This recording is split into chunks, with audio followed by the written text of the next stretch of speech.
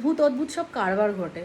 এইমাত্র বাবা হঠাৎ করে ফোন করে বলছে একদম গেট খুলবে না, আমাদের গেটের বাইরে একটা সাপ আটকে রয়েছে এবং বেশ বড় মোটা কালো। এই যে এখানে গেট আটকানো রয়েছে। আমি এখান থেকে ফিনাইল দিলাম, একদম কড়া স্মেলের যে ফিনাইল, নড়লো না। লঙ্কা পোড়া ঘর থেকে দিয়েছি, কিছুতে নড়েনি। দেখাচ্ছি ফাইনাল অবস্থা। সৌম্য এখন ফায়ার ব্রিগেডকে কল করছে। আমি আমার পানিহাটি ফায়ার ব্রিগেডে ফোন করেছিলাম, ওনারা আপনাদের নাম্বার দিলেন, বললেন আপনাদের সাথে যোগাযোগ করতে। দেখো এই যে সবাই চেষ্টা করছে, সবাই আমাদের গেটের দিকে তাকানো। নিচে একজন কে দাঁড়িয়ে আছে, সেও উঠতে পারছে না, ভয় ভয়। বাবাই তো মনে হচ্ছে ভিডিও করছে। বাড়ির ঠিক গেটের মুখে একটা বড় স্নেক আটকে রয়েছে। এবার আমরা না বেরোতে পারছি না, মানে এটা ফ্ল্যাট একটা, ওপর থেকেও নামতে পারছে না, নিচ থেকেও উঠতে পারছে না।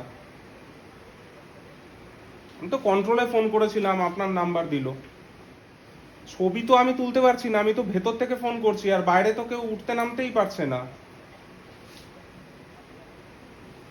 না, আমি তো আই হোল দিয়ে দেখতে পাচ্ছি, কিন্তু সেটাতে তো আমি দেখতে পাচ্ছি না, ওকে দেখতে পাচ্ছি না। ও একদম গেটের সামনে নাকি আটকে রয়েছে।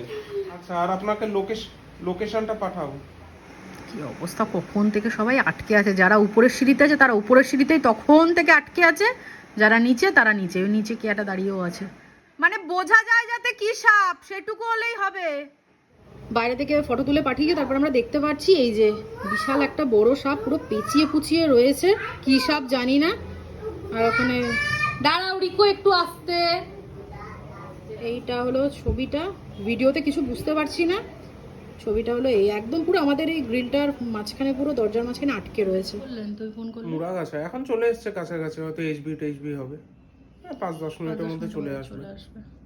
যাই হোক, আসলে পরে ওখানে পাহারা দিচ্ছে আপাতত। সবাই আসে কখন থেকে, দেখো ঘড়িতে কটা বাজে, 1 ঘন্টার উপরে হয়ে গেছে।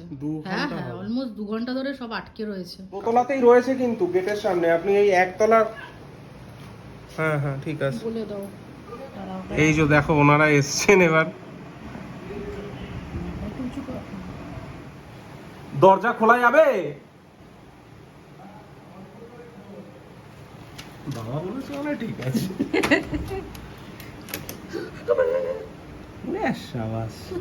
এই তো ল্যাব, ওই যে আমি বললাম না